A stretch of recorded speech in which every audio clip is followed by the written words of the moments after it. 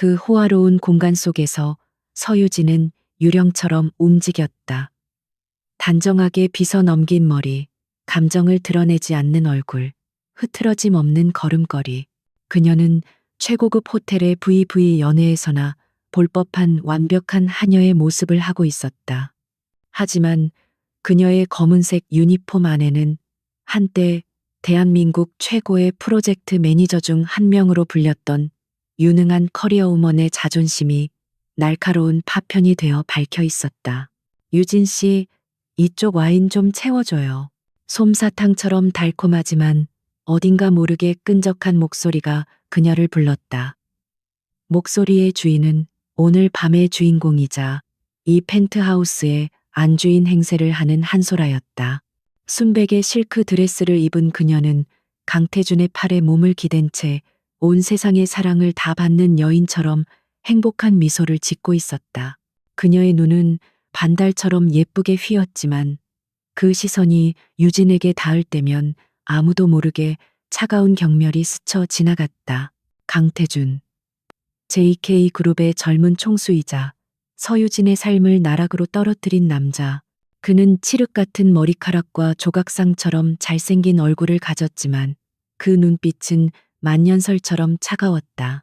그는 마치 유진이 그 공간에 없는 사람인 듯 단 한 번도 눈길을 주지 않았다. 그의 세상에서 서유진은 더 이상 이름으로 불릴 가치가 없는 그저 움직이는 가구와 다를 바 없었다.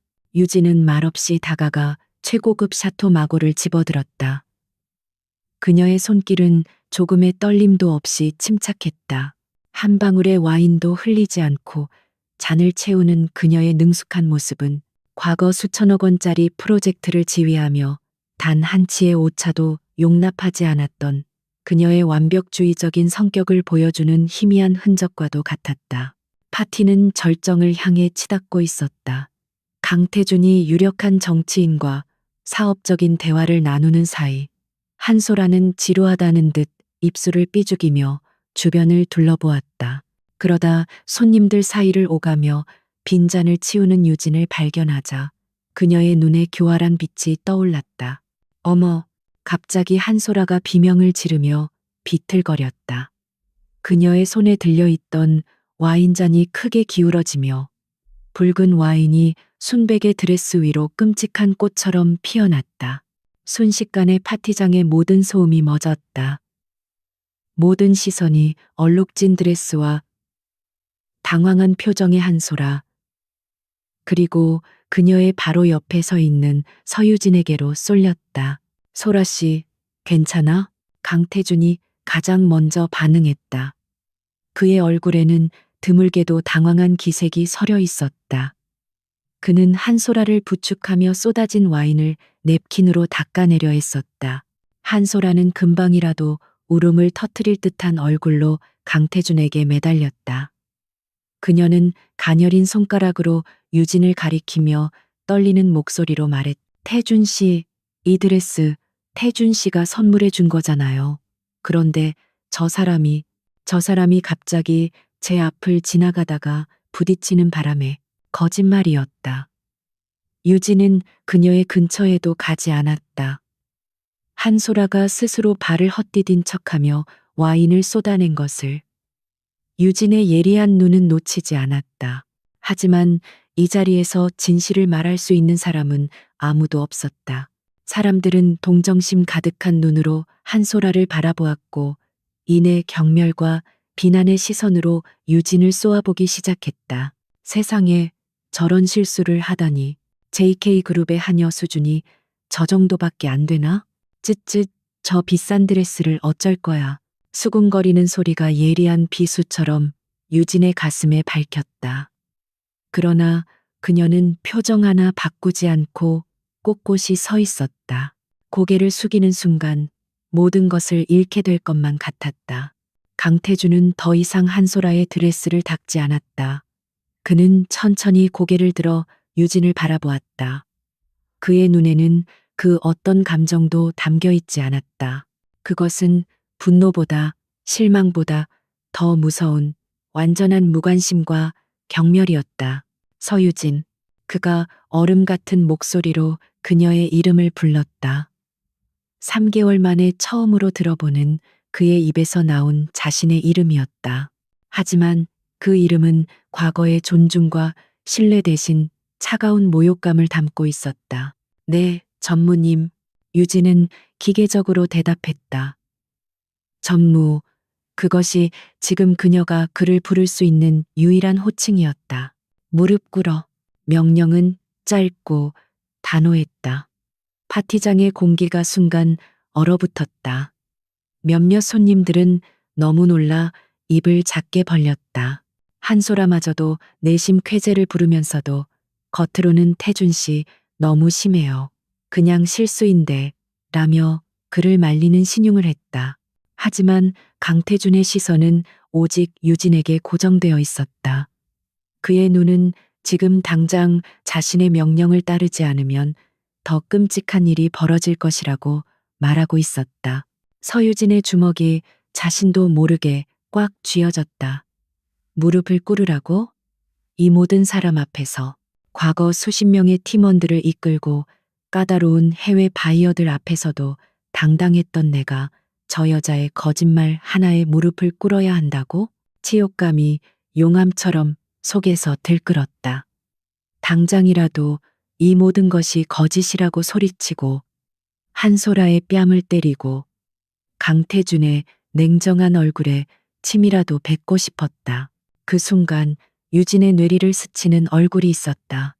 병원 침대에 누워 희미하게 미소 짓는 강태준의 어머니이자 JK그룹의 안주인인 김 여사의 얼굴이었다. 위독한 그녀를 살릴 수 있는 유일한 희망인 고가의 신약 치료. 그 치료비를 감당하는 조건으로 유진은 강태준의 모든 처사를 받아들이겠다는 계약서에 서명했다. 어머니의 목숨값. 그것이 지금 유진의 자존심의 무게였다. 끓어오르던 분노가 차갑게 식었다. 유진은 천천히 눈을 감았다 떴다. 다시 눈을 떴을 때 그녀의 눈에는 아무런 감정도 남아있지 않았다. 텅 빈 인형처럼 그녀는 천천히 차가운 대리석 바닥 위로 무릎을 꿇었다. 철컥 무릎뼈가 바닥에 부딪히는 소리가 정적 속에서 유난히 크게 울려 퍼졌다. 그녀의 곧게 편등은 꺾이지 않았지만 그 행위 자체가 그녀의 모든 것을 짓밟고 있었다. 강태준은 싸늘한 눈으로 그녀를 내려다보았다. 그는 바닥에 흥건한 와인을 턱으로 가리켰다. 더러워졌군. 네가 깨끗하게 만들어. 그는 유진에게 걸레나 휴지를 건넬 생각조차 하지 않았다.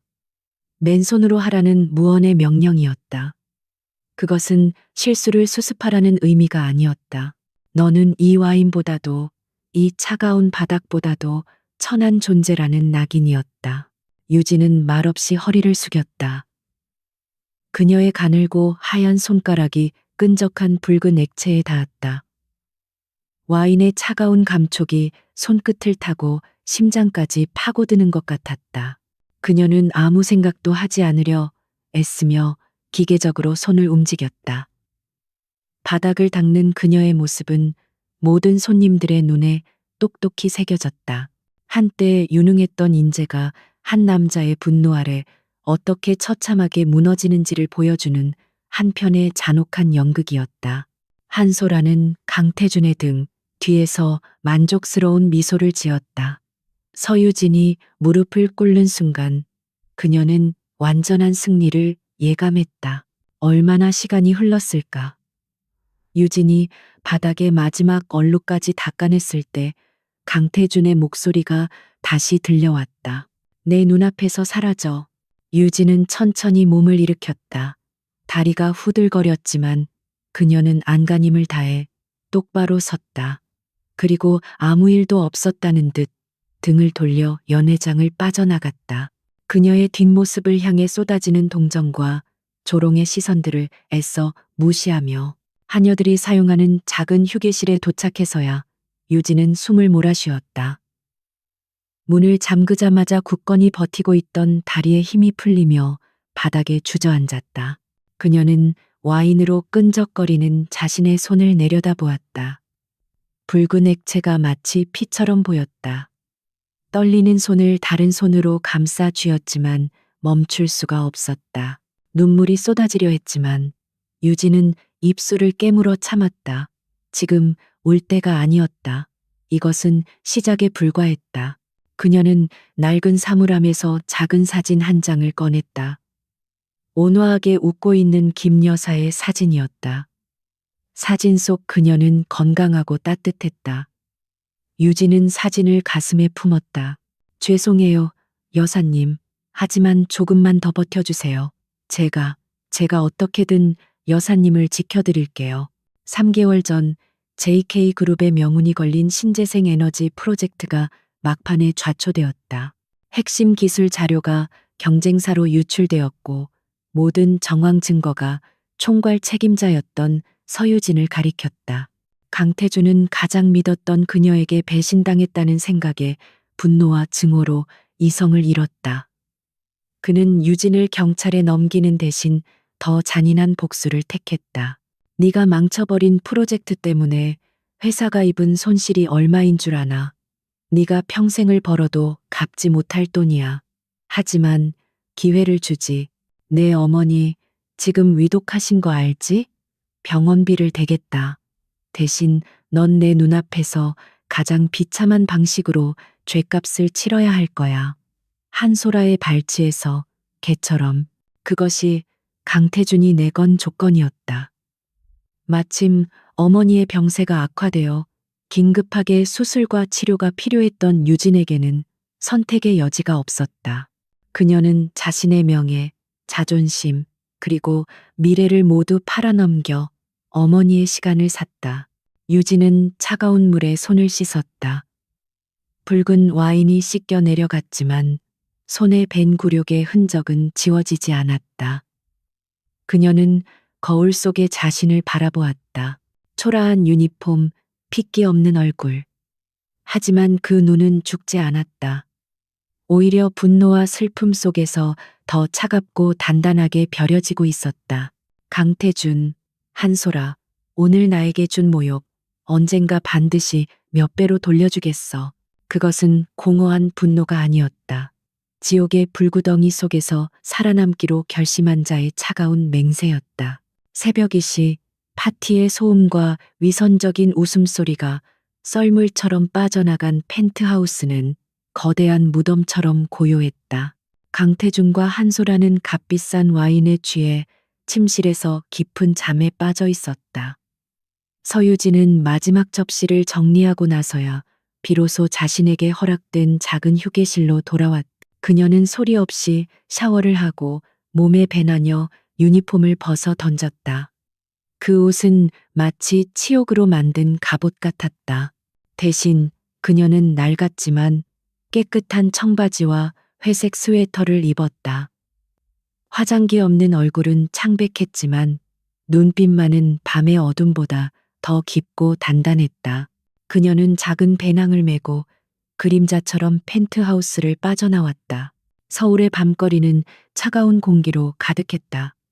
유진은 택시를 잡는 대신 정류장까지 걸어가 막차 시간에 아슬아슬하게 도착한 심야버스에 몸을 실었다. 창밖으로 스쳐 지나가는 화려한 도시의 불빛들은 그녀의 처지와는 아무런 상관이 없는 다른 세상의 이야기처럼 느껴졌다.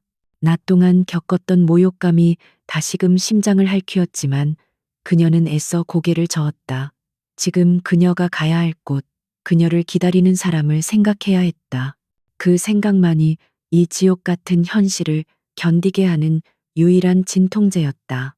버스는 서울대학병원 VVIP 병동 근처에 멈춰섰다. 한밤중의 병원은 낮이 쉔서 헌소가 사라지고 소독약 냄새와 규칙적인 기계음만이 복도를 채우고 있었다. VVIP 병동의 야간 근무 간호사들은 유진을 알아보고 작게 고개를 숙여 인사했다. 그들의 눈에는 동정과 존중이 섞여 있었다. 그들은 알고 있었다. 매일 밤 모두가 잠든 시간에 찾아와 김 여사의 곁을 지키는 사람이 화려한 스포트라이트를 받는 한소라가 아니라 바로 이 초라한 행색의 젊은 여성이라는 것을. 병실 문을 열자 희미한 스탠드 불빛 아래 김 여사가 눈을 뜨고 그녀를 기다리고 있었다. 각종 생명 유지 장치가 그녀의 침대 주위를 둘러싸고 있었지만 유진의 눈에는 쇠약해진 회장님이 아니라 그저 따뜻하고 인자한 한 사람의 어머니만이 보였다. 유진아, 왔구나. 김 여사의 목소리는 마른 잎사귀처럼 바스러졌지만 그 안에는 깊은 반가움이 담겨 있었다. 네, 여사님, 늦어서 죄송해요. 오늘 파티가 좀 길어져서요. 유진은 가방을 내려놓고 자연스럽게 김 여사의 침대 옆으로 다가가 건조해진 그녀의 입술을 물수건으로 부드럽게 닦아주었다. 그리고 능숙하게 뭉친 어깨와 다리를 주물렀다. 그녀의 손길에는 전문가 이상의 따뜻한 정성이 담겨 있었다. 괜찮다. 네가 와준 것만으로도 나는 숨통이 트이는 것 같아. 김 여사는 희미하게 미소 지으며 유진의 손등을 가만히 쓸었다. 그러다 그녀의 눈이 유진의 손톱 밑에 희미하게 남은 붉은 자국에 머물렀다. 아무리 씻어내도 완벽하게 지워지지 않은 와인의 흔적이었다. 김 여사의 미간이 미세하게 좁아졌다. 손은 왜 그러니? 아, 이거요. 저녁 준비하다가 비트를 좀 만졌더니 물이 들었네요. 금방 지워질 거예요. 유진은 태연하게 거짓말을 하며 손을 등 뒤로 감추었다. 그녀는 김 여사가 자신의 처지를 알게 되어 병세가 악화되는 것을 원치 않았다. 김 여사는 더 이상 묻지 않았다. 하지만 그녀의 현명한 눈은 모든 것을 꿰뚫어 보고 있었다. 유진의 지친 얼굴, 애써 감추려는 슬픔, 그리고 저 아이가 자신의 아들 때문에 겪고 있을 고통까지도 그녀는 알고 있었다. 한소라는 일주일에 한두 번, 그것도 기자들을 대동하고 와서 사진 몇 장 찍고 가는 것이 전부라는 것을. 밤새 자신의 곁을 지키며 대소변을 받아내고 잠든 사이에도 몇 번씩 일어나 열을 체크하는 사람은 오직 서유진 뿐이었다. 태준이는 요즘도 많이 바쁘지? 그 아이 너한테 잘해주고 있니? 김 여사의 조심스러운 질문에 유진의 심장이 쿵 내려앉았다. 그녀는 애써 밝은 미소를 지으며 대답했. 그럼요. 전무님, 저 많이 챙겨주세요. 워낙 무뚝뚝해서 표현을 잘 안 하실 뿐이에요. 거짓말을 하는 스스로가 비참했지만 어쩔 수 없었다. 그녀의 고통이 이 선한 분에게까지 전염되게 할 수는 없었다. 유진은 김 여사에게 책을 읽어주기 시작했다. 그녀의 나직하고 차분한 목소리는 안정제처럼 병실에 퍼져나갔고 김 여사는 평온한 표정으로 눈을 감았다. 그때 병실 문이 조용히 열리고 백발이 성성한 의사가 들어왔다. 김 여사의 주치의이자 JK그룹 집안의 오랜 주치의인 최 박사였다. 그는 30년 넘게 강 회장 일가를 돌봐온 강태준도 함부로 대하지 못하는 유일한 어른이었다. 최 박사는 잠든 김 여사의 상태를 살피고 유진이 꼼꼼하게 기록해둔 혈압과 체온, 특이사항 노트를 확인했다. 그의 눈에 만족스러운 빛이 떠올랐다. 오늘 밤도 수고가 많군, 유진 양. 병실 밖으로 나온 최 박사가 유진에게 따뜻하게 말했다. 아닙니다, 박사님. 회장님 상태가 안정적인 건 순전히 유진 양 덕이야. 전문 간병인보다 훨씬 낫네. 최 박사는 유진의 어깨를 두드리며 격려했다. 그는 무언가 더 물어보고 싶은 듯 했지만 유진의 지친 얼굴을 보고는 입을 다물었다. 그는 요즘 JK그룹 내부에서 벌어지고 있는 일들에 대해 어렴풋이 듣고 있었다. 유능했던 서유진 팀장이 갑자기 해고되고 강태준 전무가 한소라라는 여배우와 공공연하게 연인 행세를 한다는 것, 그리고 서유진이 어찌된 영문인지 펜트하우스의 하녀로 들어갔다는 믿기 힘든 소문까지. 다음 날 오후 최 박사는 회진을 돌다 김 여사의 병실 앞에서 화려한 옷차림의 한소라와 마주쳤다. 그녀는 막 병실에서 나오는 길이었고 간호사들에게 최고급 과일 바구니를 건네며 생색을 내고 있었다. 우리 어머님 밤새 편안하셨죠. 제가 어젯밤 내내 걱정돼서 한숨도 못 잤잖아요. 오늘도 스케줄만 아니면 제가 밤새 곁에 있는 건데 너무 아쉽네요.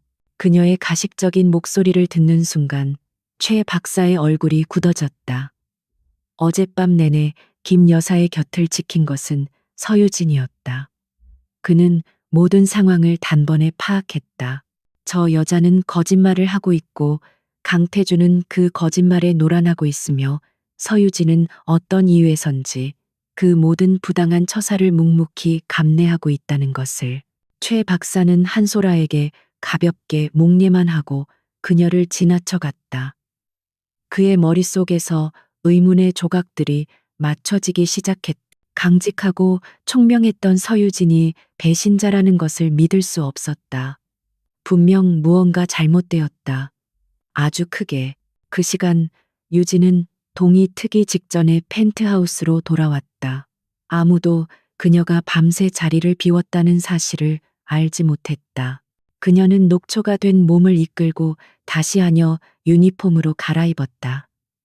밤 동안 김 여사에게서 얻은 온기가 그녀의 유일한 버팀목이었다. 창밖으로 새벽의 여명이 밝아오고 있었다. 유진은 떠오르는 태양을 바라보며 굳게 다짐했다. 이 어둠은 영원하지 않을 것이다. 진실이 밝혀지고 모든 것이 제자리를 찾는 날이 반드시 올 것이다. 그리고 그날을 위해 그녀는 오늘 하루를 또 견뎌내야만 했다. 그녀의 싸움은 이제 막 시작되었을 뿐이었다. 그날의 파티 이후 펜트하우스의 공기는 더욱 차갑게 얼어붙었다. 한소라는 승리감에 도취해 서유진을 더욱 교묘하게 괴롭혔다. 일부러 바닥에 주스를 쏟고는 손으로 닦게 하거나 모든 옷을 꺼내놓고 색깔별, 재질별로 다시 정리하라고 명령하는 식이었다. 유진은 그 모든 것을 묵묵히 수행했다. 그녀의 무표정한 얼굴과 기계적인 순종은 오히려 한소라의 신경을 긁었다. 굴욕을 주어도 상처받지 않는 저 모습이 마치 자신이 보이지 않는 벽에 가로막힌 듯한 느낌을 주었기 때문이다. 한소라는 이대로는 안 되겠다고 생각했다. 서유진을 이 집에서 그리고 강태준의 시야에서 완전히 몰아내야 했다. 그녀의 머릿속에서 더 대담하고 위험한 계획이 그려졌다. 그날 오후 유진은 펜트하우스의 상징과도 같은 나선형 계단을 닦고 있었다. 폴란드산 대리석으로 만들어진 우아한 계단은 유진의 고된 노동 아래 거울처럼 반짝였다. 그때 외출 준비를 마친 한소라가 2층에서 내려왔다. 그녀는 유진의 주변을 맴돌며 짐짓 걱정스러운 목소리로 말했다. 유진 씨, 계단 미끄러우니까 조심해야 해요. 특히 저기 물기 남은 곳. 하지만 유진은 물 한 방울 흘리지 않고 완벽하게 청소를 마친 상태였다. 한소라의 의도를 파악한 유진은 대답 없이 청소 도구를 챙겨 자리를 피하려 했다. 바로 그 순간 밖에서 강태준의 차가 들어오는 소리가 들렸다. 늘 같은 시간에 퇴근하는 그의 정확한 습관을 한소라는 놓치지 않았다. 때가 되었다. 깍. 한소라의 비명이 텅 빈 홀을 날카롭게 갈랐다. 그녀는 마치 발을 헛디딘 것처럼 과장되게 몸의 균형을 잃고 계단 서너 칸 아래로 굴러떨어졌다. 그녀는 발목을 감싸 쥔 채 진짜 고통을 느끼는 사람처럼 눈물을 쏟아내기 시작했다. 태준 씨, 타이밍 좋게 현관문이 열리고 강태준이 들어섰다. 계단 아래 쓰러져 오는 한소라와 그 위에서 굳은 표정으로 서 있는 서유진. 그가 본 것은 완벽하게 연출된 한 폭의 그림이었다. 소라야. 강태준의 얼굴이 순식간에 굳어졌다. 그는 가방을 내던지고 한소라에게 달려갔다. 무슨 일이야? 어떻게 된 거야? 한소라는 서럽게 울며 가늘게 떨리는 손가락으로 유진을 가리켰다. 태준 씨, 저 사람이 내가 계단 청소 제대로 했냐고 물어봤는데 나를 노려보더니 갑자기 내 어깨를 밀었어요. 바닥에 물기가 있어서 그대로 미끄러졌어요. 새빨간 거짓말이었다. 하지만 눈물과 고통을 호소하는 표정 연기는 완벽했다. 강태준의 시선이 얼음장처럼 차갑게 변해 유진에게 향했다. 그의 눈에는 역시 너는 변하지 않았구나라는 경멸과 혐오가 가득했다. 서유진, 할 말 있나? 밀지 않았습니다. 유진의 대답은 짧고 단호했다. 변명도 감정 호소도 없었다. 그저 사실만을 말할 뿐이었다. 하지만 그녀의 결백한 주장은 강태준의 분노에 기름을 부을 뿐이었다. 내 말을 믿으라고? 지금 내 눈앞에 증거가 있는데? 증거가 아닙니다. 연출입니다. 닥쳐. 강태준이 버럭 소리를 질렀다. 그는 당장이라도 유진의 뺨을 때릴 것처럼 성큼 다가섰지만 한소라가 그의 옷자락을 잡으며 말렸다. 태준 씨, 화내지 마요. 내가 그냥 조심할게요. 저 사람 해고하지는 마요. 불쌍하잖아요. 그녀의 말은 유진을 위하는 척했지만 실제로는 강태준의 분노를 더욱 부채질하고 유진이 용서받을 수 없는 파렴치한 존재임을 각인시키는 고도의 계산이 깔린 것이었다. 당장 보안팀장 불러. 홀에 있는 CCTV 영상 전부 가져오라고 해.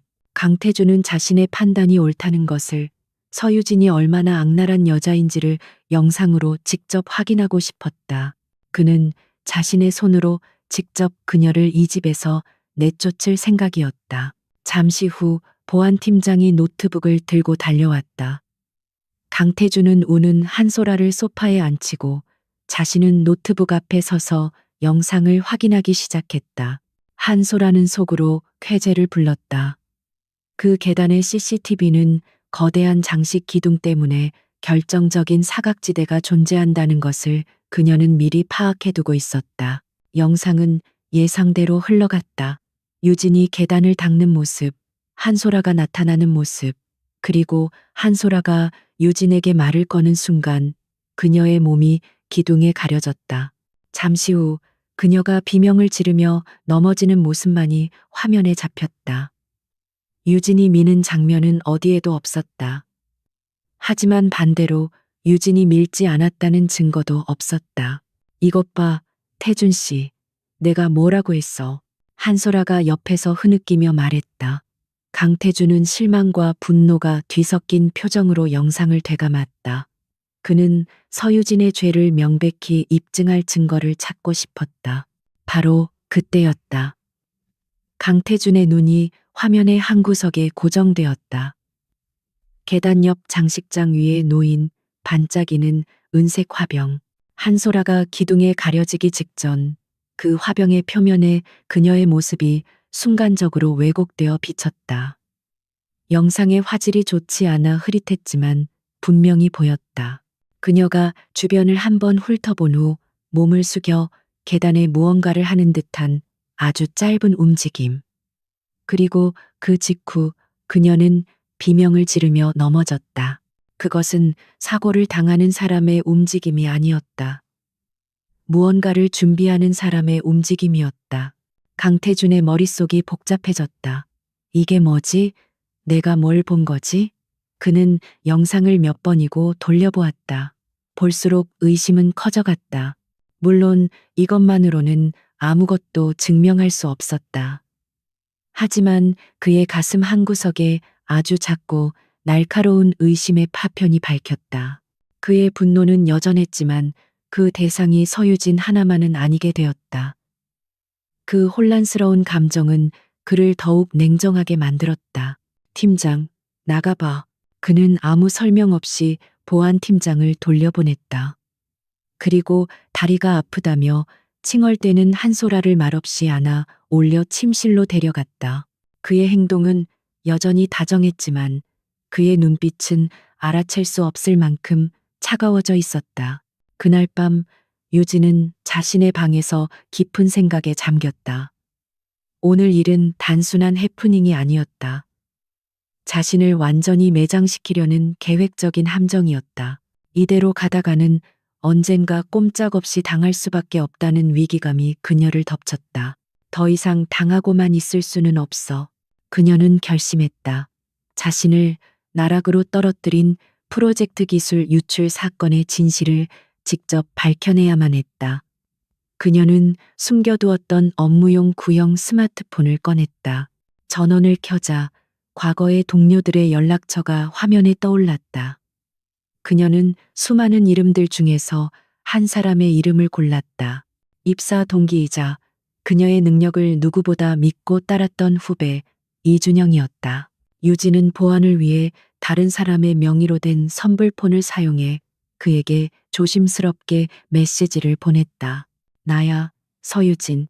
놀랐겠지만 부탁이 있어. 몇 분 후 답장이 왔다. 선배님, 이게 어떻게 된 일이에요? 괜찮으신 거예요? 설명은 나중에 할게. 혹시 3개월 전 신재생 에너지 프로젝트 서버 접속 기록 좀 확인해 줄 수 있어? 자료가 유출된 바로 그날 오후 2시에서 4시 사이 내 아이디 말고 외부 IP로 접속한 기록이 있는지. 그녀는 프로젝트 매니저로서 시스템의 구조와 로그 기록을 확인하는 방법을 누구보다 잘 알고 있었다. 그녀는 오래전부터 한 가지 가설을 품고 있었다. 내부 소행이 아니라 외부의 누군가가 자신의 아이디를 도용했을 것이라는 가설. 며칠 동안 한소라는 발목을 핑계로 침대에서 나오지 않으며 유진을 향한 강태준의 분노를 자극했다. 저 여자가 아직도 이 집에 있다는 게 무서워서 잠을 잘 수가 없어 첨라며 눈물로 호소했다.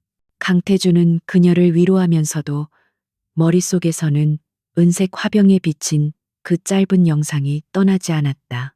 그는 유진에게 아무 말도 하지 않았지만 이전처럼 대놓고 경멸을 드러내지도 않았다. 그저 깊이를 알 수 없는 눈으로 그녀를 관찰할 뿐이었다. 그러던 어느 날 밤 유진의 낡은 스마트폰이 짧게 진동했다. 후배 이준영에게서 온 메시지였다. 메시지는 길지 않았다. 서버로그 기록을 캡처한 이미지 파일 하나가 전부였다. 유진은 떨리는 손으로 파일을 열었다. 로그 기록에는 그녀가 예상했던 대로 문제의 그 시간에 단 한 번의 외부 원격 접속 기록이 남아 있었다. 그리고 그 IP 주소를 확인하는 순간 유진의 심장이 차갑게 가라앉았다. IP 주소는 청담동의 한 고급 카페로 추적되었다. 그리고 그 카페는 3개월 전 한소라가 소속되어 있던 모델 에이전시가 입주한 건물 1층에 있는 곳이었다. 이것이 결정적인 증거는 아니었다. 하지만 어둠 속에서 실마리조차 찾지 못하고 헤매던 그녀에게 이것은 거대한 거짓의 그물을 풀어낼 첫 번째 실마리였다. 서유진의 눈이 차갑게 빛났다. 반격의 시간은 아직 오지 않았다. 하지만 이제 그녀는 무엇을 해야 할지 분명히 알게 되었다. 병원 복도를 채운 소독약 냄새가 유난히 무겁게 느껴지는 밤이었다. 최 박사는 김 여사의 차트를 확인하며 깊은 한숨을 내쉬었다. 그의 얼굴에는 그늘이 짙게 깔려 있었다. 김 여사의 상태는 지난 며칠 사이 급격하게 악화되었다. 마치 꺼지기 직전의 촛불처럼 그녀의 생명은 위태롭게 흔들리고 있었다. 밤늦게 병실에 도착한 유진은 최 박사의 심각한 표정을 보고 심장이 철렁 내려앉았다. 박사님, 여사님은. 최 박사는 말없이 고개를 저었다. 마음의 준비를 해야 할 것 같네. 길어야 며칠을 넘기기 힘들 것 같아. 그의 말은 사형 선고처럼 유진의 귓가에 울렸다. 세상이 무너지는 듯한 충격에 그녀는 휘청거렸다. 안 된다. 아직은 안 된다. 이렇게 허무하게 여사님을 보낼 수는 없었다. 아직 진실을 밝히지도 강태준의 오해를 풀지도 못했다. 유진은 떨리는 발걸음으로 병실에 들어섰다. 김 여사는 가쁜 숨을 몰아쉬면서도 유진을 보자 희미하게 미소를 지었다. 그녀는 자신의 시간이 얼마 남지 않았음을 직감하고 있었다. 그녀는 힘겹게 손을 뻗어 유진의 손을 잡았다. 뼈마디가 다 드러난 손은 앙상했지만 유진을 붙잡는 힘은 절박했다. 유진아, 태준이에게 진실을. 말을 끝맺지 못하고 거친 기침이 터져 나왔다. 김 여사의 눈에 눈물이 고였다. 아들에게 모든 것을 바로잡아주고 싶었지만 이제 그녀에게는 말 한마디 제대로 할 힘조차 남아있지 않았다. 제가 부를게요. 여사님, 전무님 오실 거예요. 유진은 눈물을 삼키며 강태준에게 전화를 걸었다. 그의 차가운 목소리가 수화기 너머로 들려왔다. 무슨 일이야? 여사님 상태가 위독하십니다. 빨리 와보셔야 할 것 같아요. 유진의 목소리에 담긴 다급함 때문이었을까? 강태준은 잠시 침묵하더니 알았다는 짧은 대답과 함께 전화를 끊었다. 그 시각 강태준의 옆에는 한소라가 있었다. 그녀는 유진과의 통화를 전부 엿듣고 있었다. 위독하다는 말에 그녀의 심장이 섬뜩하게 내려앉았다. 이대로 김 여사가 죽기 전에 진실을 말해버리면 모든 것이 끝장이었다. 그녀는 절대 그렇게 둘 수 없었다. 태준 씨, 어머님이 위독하시다니. 저도 같이 가야겠어요. 마지막 가시는 길이라도 제가 지켜드려야죠. 한소라는 눈물을 글썽이며 그의 팔에 매달렸다. 강태준은 복잡한 심경으로 그녀를 데리고 병원으로 향했다. 병실에 도착했을 때 강태준과 한소라가 본 것은 산소 호흡기에 의지한 채 힘겹게 눈을 뜨고 있는 어머니의 모습이었다. 강태준의 가슴이 무너져 내렸다. 한소라는 기다렸다는 듯이 김 여사의 침대맡으로 달려가 오열하기 시작했다. 어머님, 정신 차리세요. 네, 제가 왔어요. 소라가 왔어요. 그녀의 시끄러운 울음소리와 과장된 행동은 김 여사와 강태준 사이의 모든 교감을 차단했다. 김 여사는 아들에게 무언가 말하려 필사적으로 입을 벙긋거렸지만 한소라의 방해와 극심한 스트레스로 인해 격렬한 기침 발작을 일으키며 의식을 잃고 말았다. 기회는 그렇게 사라졌다. 한소라는 안도의 한숨을 몰래 내쉬었다. 하지만 이걸로는 부족했다. 김 여사가 언제 다시 의식을 차리고 무슨 말을 할지 몰랐다. 그 전에 서유진이라는 가장 위험한 변수를 제거해야만 했다. 그녀의 시선이 김 여사의 침대 옆 작은 협탁에 놓인 보석함에 닿았다. 그 안에는 김 여사가 남편에게서 받은 유품이자 그녀가 가장 아끼는 사파이어 브로치가 들어있었다. 엄청난 금전적 가치와 그 이상의 상징성을 지닌 물건. 한소라의 입가에 차갑고 잔인한 미소가 번졌다. 다음 날 아침 펜트하우스에 긴급한 전화가 걸려왔다. 병원에서 온 전화였다. 김 여사의 사파이어 브로치가 감쪽같이 사라졌다는 내용이었다. 간호사는 울먹이며 어젯밤 마지막으로 본 이후 사라졌다며 어쩔 줄 몰라 했다. 강태준은 소식을 듣고 머리를 얻어맞은 듯한 충격을 받았다. 어머니가 돌아가시기 직전인데 그녀가 가장 아끼는 유품을 훔쳐가다니 인간으로서 할 짓이 아니었다. 그때 옆에 있던 한소라가 조심스럽게 입을 열었다. 태준 씨, 설마 아니겠지? 유진 씨가 요즘 많이 힘들어 보였잖아. 돈이 필요했을 수도 있고. 밤에는 병실에 그 사람 혼자만 있었으니까. 그녀는 직접적으로 비난하지 않았다. 오히려 안타깝다는 듯 말끝을 흐리며 가능성을 던졌다. 그 교묘한 화법은 강태준의 마음속에 남아있던 작은 의심의 불씨마저 꺼버리고 유진에 대한 거대한 분노의 불길을 지폈다. 계단에서 한소라를 밀었다는 의심, 그리고 이제는 죽어가는 어머니의 유품을 훔친 도둑이라는 혐의, 모든 조각이 맞춰지는 듯했다. 강태준은 이성을 잃었다. 그는 폭풍처럼 펜트하우스로 돌아와 거실을 청소하고 있던 유진의 앞을 막아섰다. 그의 눈은 증오로 이글거리고 있었다. 브로치, 어디에 숨겼어? 그것은 질문이 아니었다. 확신에 찬 단죄였다. 네? 무슨 말씀이신지. 내 어머니 브로치. 네가 훔쳤잖아. 당장 내놔. 강태준의 고함에 유진은 그제야 상황을 파악했다. 또다시 함정에 빠진 것이다. 하지만 이번에는 차원이 달랐다. 이것은 회사를 배신한 것을 넘어 인간으로서의 마지막 도리마저 저버린 파렴치한 범죄였다. 저는 훔치지 않았어요. 절대로. 닥쳐. 내 말을 아직도 믿을 것 같아? 내 방, 당장 수색해. 강태준의 명령에 보안 요원들이 유진의 작은 방으로 몰려갔다. 방은 금세 엉망진창이 되었다. 물론 브로치는 어디에도 없었다. 한소라가 이미 훔쳐서 다른 곳에 숨겼거나 제3자를 통해 처분했을 테니까. 유진이 결백을 주장하려는 순간 한 보안 요원이 소리쳤다. 전무님, 이걸 발견했습니다. 그의 손에는 낡은 지갑과 그 안에서 나온 작은 명함 한 장이 들려 있었다. 강남의 한 전당포 명함이었다. 그리고 지갑 깊숙한 곳에서는 현금 100만 원짜리 수표 5장이 발견되었다. 모두 한소라가 유진 몰래 넣어둔 완벽하게 조작된 증거였다. 강태준은 그 증거들을 보고 피가 거꾸로 솟는 것 같았다. 브로치를 팔아넘긴 돈, 의심의 여지가 없었다. 그의 마음속에서 유진에 대한 마지막 남은 미련과 연민이 산산조각 났다. 남은 것은 배신자에 대한 차가운 증오뿐이었다. 서유진, 그가 얼음보다 차가운 목소리로 그녀를 불렀다.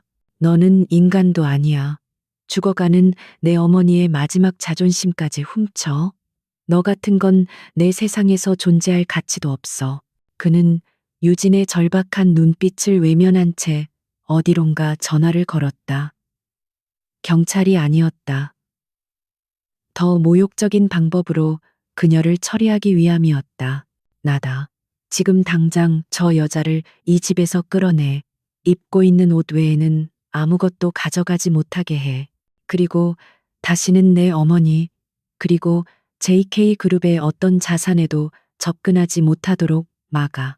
만약 어길 시에는 존재하는 모든 법을 동원해서라도 그녀를 감옥에 쳐넣을 테니 그렇게 알아. 전화가 끊어지자마자 건장한 보안 요원들이 유진의 양팔을 거칠게 붙잡았다. 안 돼. 나는 아니야. 제발 내 말 좀 들어줘요. 유진은 필사적으로 저항하며 외쳤다. 하지만 강태준은 이미 등을 돌린 후였다. 그녀의 절규는 그의 귀에 닿지 않았다. 거대한 폭풍이 마침내 그녀를 덮쳤. 유진은 속수무책으로 질질 끌려 나갔다.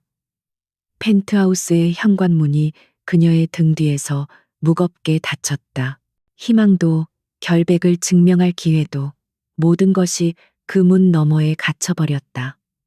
그녀는 완전히 혼자가 되었다. 서유진이 쫓겨난 펜트하우스는 역설적이게도 고요했다. 강태준은 서재에서 홀로 위스키를 마시고 있었다. 독한 알코올이 목을 태우고 내려갔지만 머릿속을 휘젓는 혼란과 가슴을 짓누르는 공허함은 사라지지 않았다. 그는 승리했다.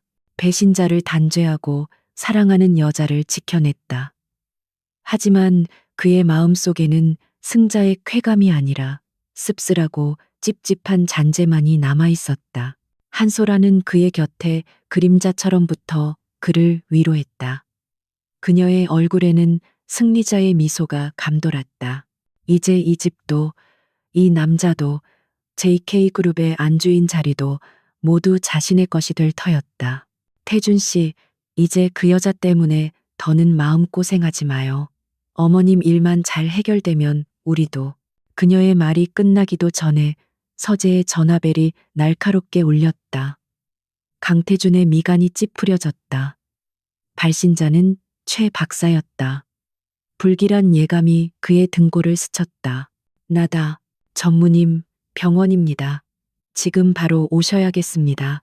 여사님께서 시간이 얼마 남지 않았습니다. 최 박사의 침착하지만 무거운 목소리는 강태준의 취기를 단숨에 날려버렸다. 그의 심장이 얼음물에 담긴 것처럼 차갑게 가라앉았다. 어머니, 나의 어머니. 강태준과 한소라는 미친 듯이 병원으로 차를 몰았다. 병원 VVIP 병동의 복도는 그 어느 때보다 무거운 침묵에 잠겨 있었다. 간호사들의 움직임은 조용했지만 다급했다. 최 박사가 초조한 얼굴로 그들을 맞았다. 마지막 인사를 하셔야겠습니다. 병실 문이 열렸다. 온갖 의료기기에 둘러싸인 어머니는 금방이라도 부서질 것처럼 연약해 보였다.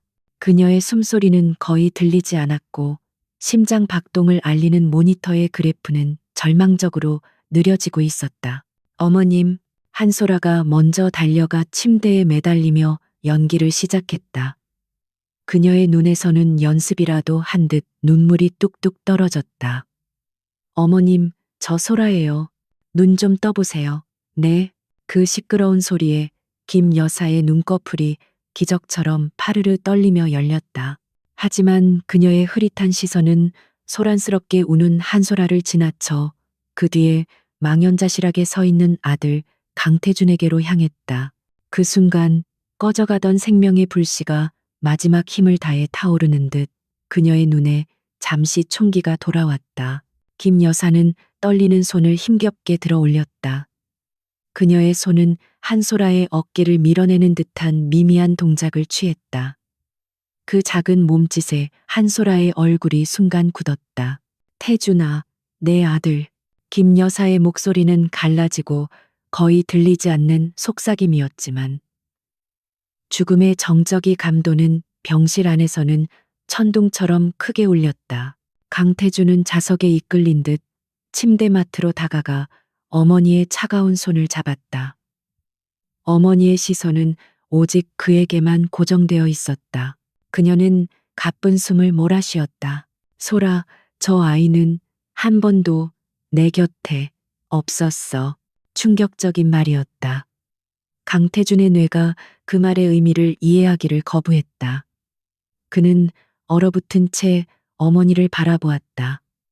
한소라의 얼굴은 새하얗게 질려갔다. 김 여사는 아들의 손을 붙잡은 손에 희미하게 힘을 주었다. 그녀의 눈은 마치 방 안의 다른 누군가를 찾는 것처럼 허공을 헤맸다. 유진이가, 서유진이가 항상 내 곁에 있었어. 나에겐 그 아이뿐이었어. 강태준의 세상이 무너져 내리기 시작했다.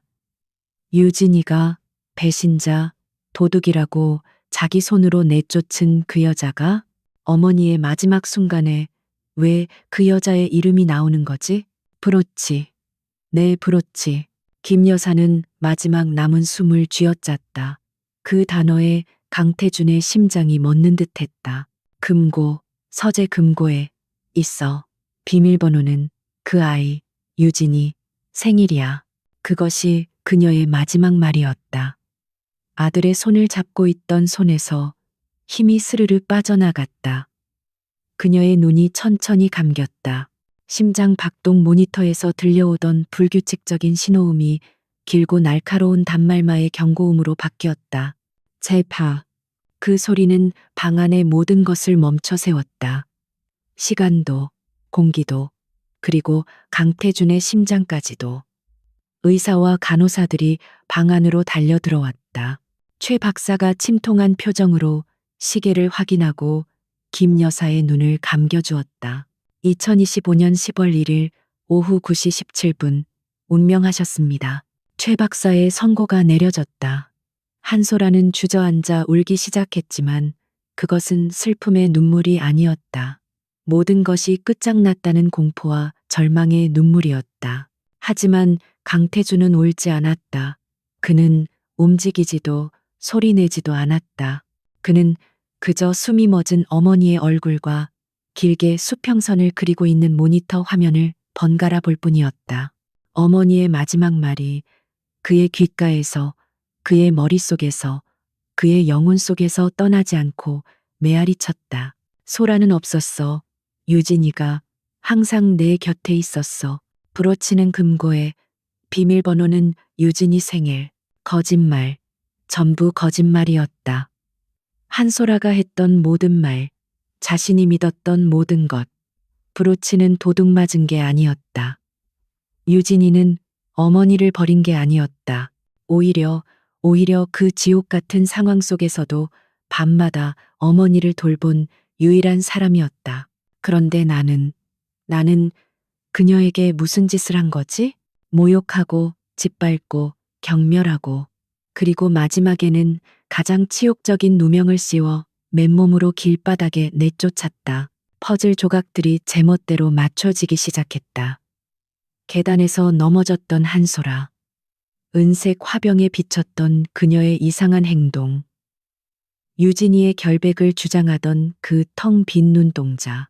모든 것이 하나의 진실을 향해 소리치고 있었다. 자신이 얼마나 어리석고 잔인하고 눈먼 폭군이었는지를. 강태준의 단단하던 몸이 천천히 무너져 내렸다. 그는 어머니의 침대 옆 차가운 바닥 위로 스르르 주저앉았다. 슬픔 때문만은 아니었다.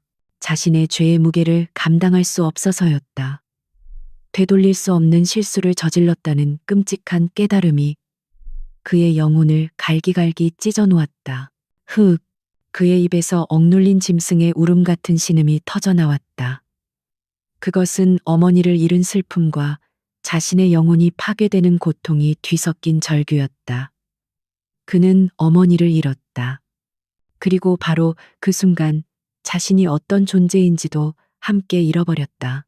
최 박사가 그의 어깨에 조용히 손을 얹었다. 그의 눈에는 안타까움과 슬픈 이해가 담겨 있었다. 병실 문 앞에 얼어붙어 있던 한소라는 바닥에 무너져 오는 강태준의 모습을 보며 자신의 완벽했던 세계가 산산조각 났음을 깨달았다. 모든 시선이, 모든 비극의 중심이 이제 자신을 향하고 있었다. 어머니의 장례식은 대한민국 상류층의 모든 이목이 집중된 가운데 치러졌다. 강태준은 상주로서 3일 내내 빈소를 지켰지만 그는 그곳에 없는 사람과 같았다. 검은 상복을 입은 그는 슬픔에 잠긴 아들이 아니라 모든 감정이 소거된 밀랍 인형처럼 보였다. 조문객들은 그의 깊이를 알 수 없는 눈빛에 압도되어 감히 위로의 말을 쉽게 건네지 못했다. 한소라는 그의 곁에서 슬픔에 빠진 약혼녀 역할을 충실히 해냈다. 그녀는 때때로 눈물을 보이고 조문객들을 맞으며 강태준의 빈자리를 채우는 듯 보였다. 하지만 그녀의 마음속은 시한폭탄을 안고 있는 것처럼 불안했다. 강태준은 장례식이 시작된 이후 그녀에게 단 한마디도 말을 걸지 않았다. 심지어 눈길조차 주지 않았다. 그 침묵이, 그 무관심이 천마디의 비난보다 더 그녀를 공포스럽게 했다. 장례 절차가 모두 끝나고 텅 빈 펜트하우스에 돌아온 날 밤, 강태준은 비로소 움직이기 시작했다. 그는 한소라를 투명 인간 취급하며 곧장 서재로 향했다. 그의 걸음걸이는 기계처럼 정확했지만 그 안에는 지독한 고통이 배어 있었다. 서재는 그가 서유진에게 마지막 단죄를 내렸던 장소였다. 모든 것이 그날 그대로였다. 그는 벽에 걸린 거대한 풍경화 뒤에 숨겨진 금고를 바라보았다. 어머니의 마지막 유언, 브로치는 금고에 있다. 비밀번호는 유진이의 생일. 강태준은 금고의 다이얼 앞에 섰다. 그리고 그는 깨달았다. 자신은 서유진의 생일을 모른다는 것을. 한때 자신의 오른팔이었고 가장 신임했던 부하 직원이었다. 하지만 그는 그녀의 생일조차 알지 못했다. 그 간단한 사실이 비수처럼 그의 심장을 찔렀다. 그는 그녀에 대해 아무것도 몰랐다. 굴욕감을 삼키며 그는 비서실에 전화를 걸어 서유진의 인사기록 카드를 찾아보라고 지시했다. 잠시 후 6개의 숫자가 문자로 도착했다. 그는 떨리는 손으로 숫자를 하나씩 눌렀다. 둔탁한 소리와 함께 금고의 두꺼운 문이 열렸다. 가장 위 벨벳 상자 안에 어머니의 사파이어 브로치가 영롱한 빛을 발하고 있었다. 도둑 맞은 적도 팔린 적도 없이 원래 있던 그 자리에 고요히 잠들어 있었다. 그리고 그 브로치 상자 아래 낡은 가죽 표지의 작은 일기장이 놓여 있었다. 어머니의 일기장이었다. 강태준은 마른 침을 삼키며 일기장을 펼쳤다. 어머니의 희미하고 떨리는 필체가 그의 눈에 들어왔다. 오늘 밤에도 유진이가 왔다. 낮 동안 얼마나 힘든 일을 겪었는지 아이의 얼굴에 그늘이 가득했다.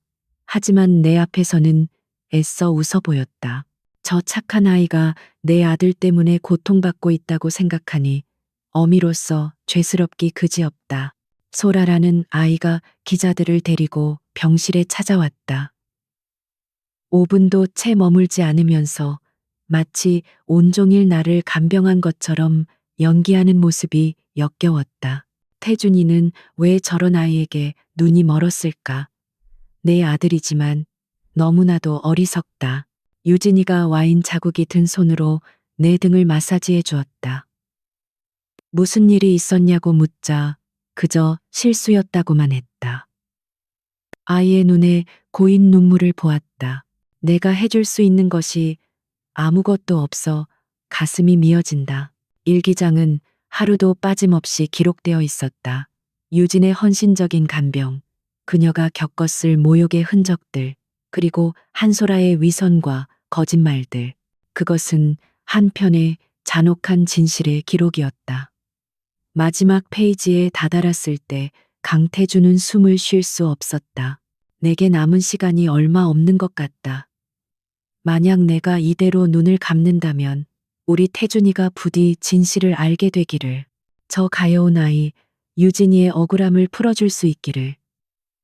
나는 내 아들로부터 저 아이를 지켜주지 못한 나쁜 어미다. 강태준의 손에서 일기장이 떨어졌다. 그의 온몸이 부들부들 떨렸다. 슬픔이 아니었다. 주체할 수 없는 분노와 자기 자신에 대한 혐오감 때문이었다. 그는 괴물이었다. 어머니의 말대로 그는 자신의 어머니가 지켜주고 싶어 했던 사람을 파괴한 괴물이었다. 그의 슬픔은 차갑고 단단한 분노로 변했다. 불처럼 타오르는 분노가 아니었다. 모든 것을 얼려버리는 시베리아의 혹한 같은 분노였다. 그는 인터폰을 눌러 한소라를 불렀다. 서재로와. 아무것도 모르는 한소라는 드디어 그가 마음을 풀었다고 생각하며 최대한 청초하고 가련한 표정을 짓고 서재로 들어왔다. 그러나 그녀를 맞이한 것은 책상 위에 놓인 사파이어 브로치와 낡은 일기장, 그리고 지옥의 악마처럼 차가운 눈빛으로 앉아있는 강태준이었다. 태준 씨, 이게 어떻게? 한소라의 얼굴이 하얗게 질렸다. 그녀는 뒷걸음질 치려 했지만 강태준의 시선이 그녀를 그 자리에 못 박았다. 앉아. 강태준의 목소리는 낮고 조용했지만 그 안에는 거역할 수 없는 위압감이 서려 있었다. 한소라는 다리가 풀려 의자에 주저앉았다. 어머니의 유품이야. 네가 훔쳤다고 주장했던. 그는 일기장을 그녀 앞으로 밀었다. 그리고 이건 네가 얼마나 역겨운 거짓말쟁이인지를 증명하는 어머니의 마지막 기록이지. 강태준은 소리치지 않았다. 그는 마치 다른 사람의 이야기를 하듯 담담하게 그녀의 죄목을 하나씩 읊기 시작했다. 계단에서 버린 자작극, 유진에게 뒤집어 씌운 온갖 누명들, 그리고 프로젝트 기술 유출 사건의 IP 주소가 그녀의 전 소속사 건물에서 나왔다는 사실까지. 그는 모든 것을 알고 있었다. 어떻게 그걸. 네가 서유진을 너무 얕봤어. 그리고 나도. 넌 내가 사랑의 눈이 먼 멍청이라고 생각했겠지. 반은 맞고 반은 틀렸어. 한소라는 무너졌다. 그녀는 바닥에 엎드려 그의 바짓가랑이를 붙잡고 애원하기 시작했다. 태준 씨, 잘못했어요. 내가 사랑해서 그랬어요. 유진 씨가 너무 미워서 제발 한 번만 용서해 주세요. 하지만 강태준의 눈은 조금도 흔들리지 않았다. 그는 경멸스럽다는 듯 그녀의 손을 뿌리쳤다. 그리고 그는 그녀의 눈앞에서 전화기를 들었. 첫 번째 전화는 그의 변호사에게였다.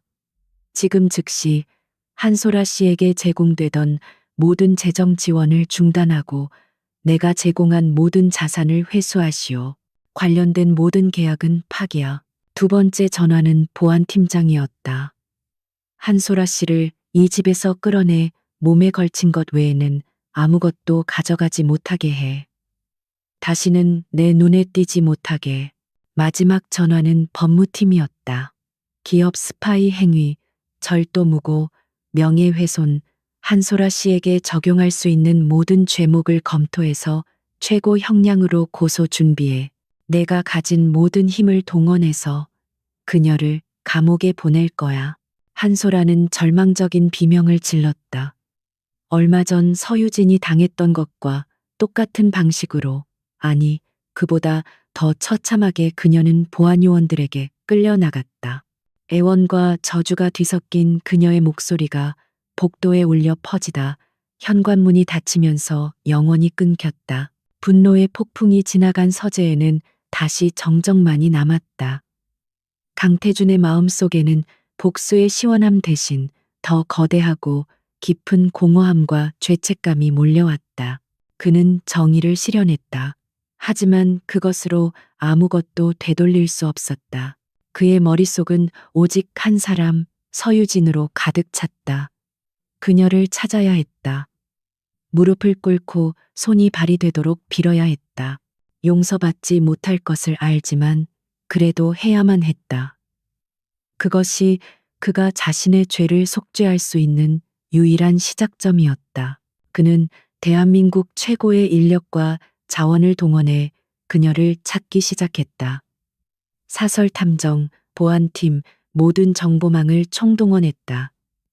하지만 그녀는 없었다. 그녀의 옛집에도, 부모님 댁에도, 친구들의 집에도 그녀의 흔적은 없었다. 마치 처음부터 이 세상에 존재하지 않았던 사람처럼 서유진은 완벽하게 사라져버렸다. 강태준은 텅 빈 펜트하우스에 홀로 남았다. 그의 손에는 어머니의 일기장이 들려 있었다. 그는 복수를 끝냈지만 그의 구원은 아직 시작조차 하지 못했다. 그는 스스로 만든 지옥에 갇혀 어머니의 마지막 유언과 그가 파멸시킨 한 여자의 얼굴을 떠올리며 끝없는 후회의 밤을 보내야만 했다. 1년이라는 시간이 흘렀다. 계절이 4번 바뀌는 동안 세상은 많은 것이 변해 있었다. 강태준은 더 이상 과거의 그가 아니었다. 그는 고통스러운 기억이 가득한 펜트하우스를 팔고 도심의 소박한 빌라로 거처를 옮겼다.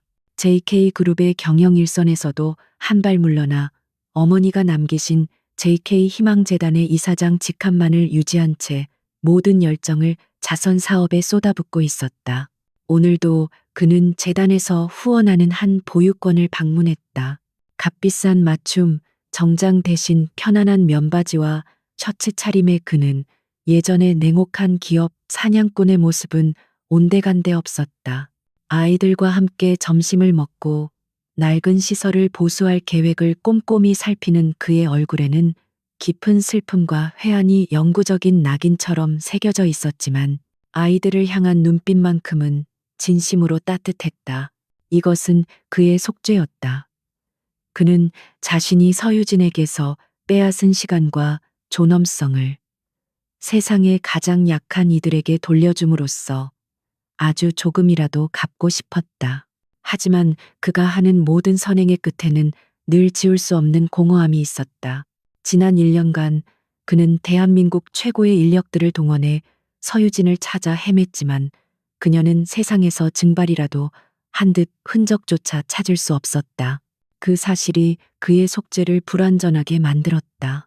한편 서울에서 수백 킬로미터 떨어진 남쪽의 항구 도시 부산. 그곳에서 서유진은 새로운 삶을 살고 있었다.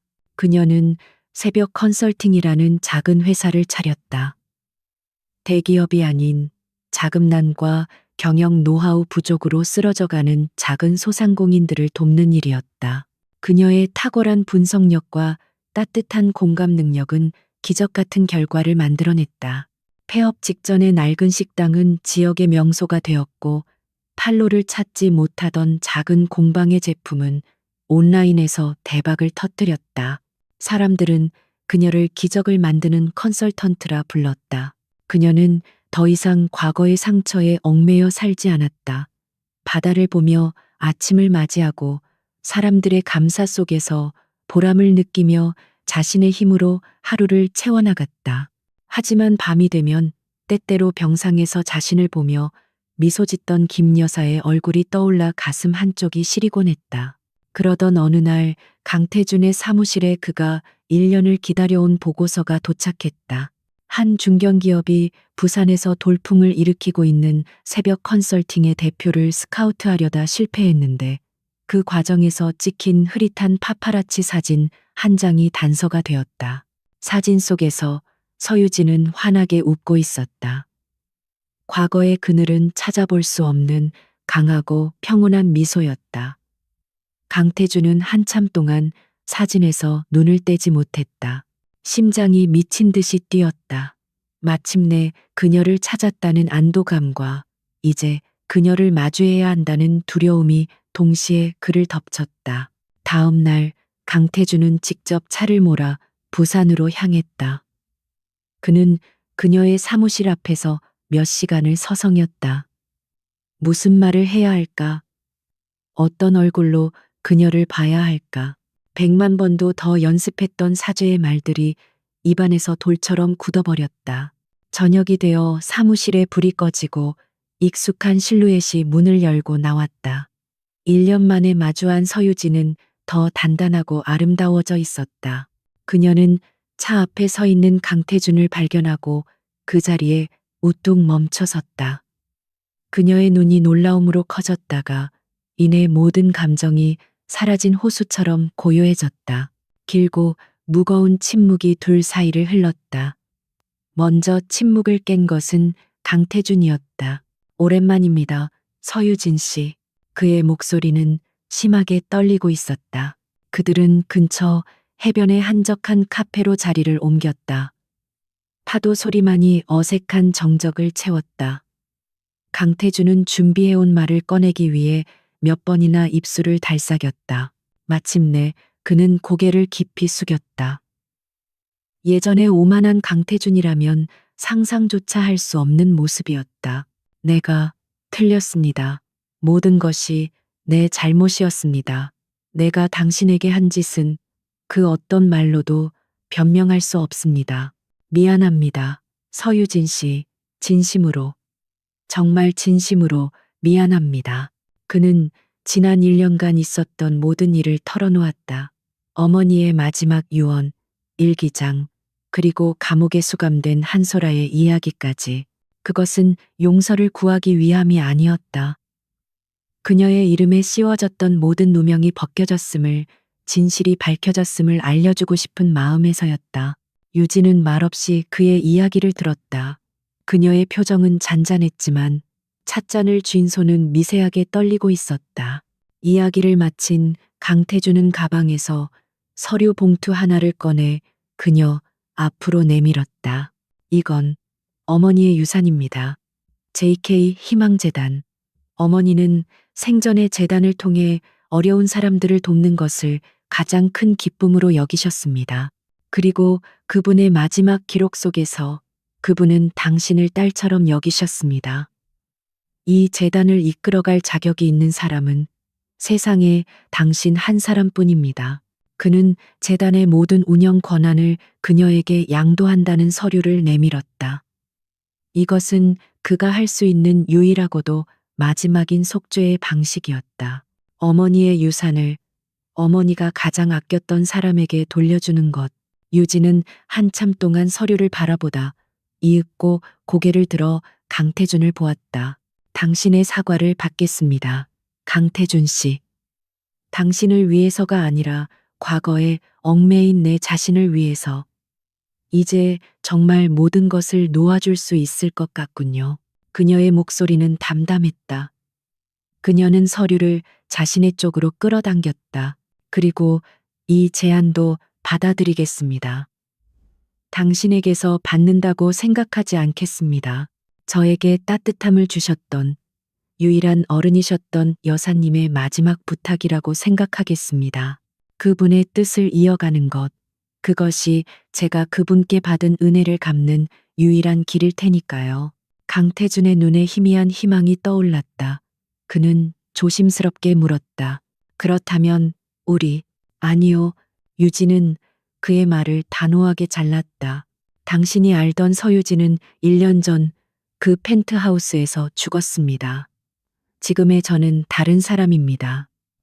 저는 제 힘으로 제 삶을 만들었고 이 삶을 선택했습니다. 당신도 당신의 자리에서 당신의 속죄를 계속하며 평안을 찾기를 바랍니다. 안녕히 가세요. 그녀는 자리에서 일어났다. 더 이상 미련도 원망도 남아있지 않은 눈빛이었다. 유진은 카페를 나와 해변을 따라 걸었다. 이제 그녀에게는 새로운 목표가 생겼다. 새벽 컨설팅과 함께 JK 희망재단을 통해 더 많은 사람들에게 희망을 주는 것. 그녀의 등 뒤로 붉은 저녁 노을이 지고 있었다. 그것은 한 시대의 끝이자 새로운 시대의 자유로운 여명을 알리는 빛이었다. 강태주는 창밖으로 멀어져 가는 그녀의 뒷모습을 오랫동안 바라보았다. 가슴을 애는 듯한 상실감이 밀려왔지만 동시에 아주 작은 평온함이 찾아왔다. 그는 그녀를 되찾지 못했다. 하지만 그는 마침내 옳은 일을 했다. 그는 그녀를 완벽하게 자유롭게 해주었다. 그리고 그것이야말로 기나긴 속죄의 길을 걸어야 하는 그에게 주어진 유일한 구원이었다. 서울의 밤하늘을 한 폭의 그림처럼 담아내는 펜트하우스의 통유리창 너머로 도시의 불빛이 별처럼 쏟아졌다.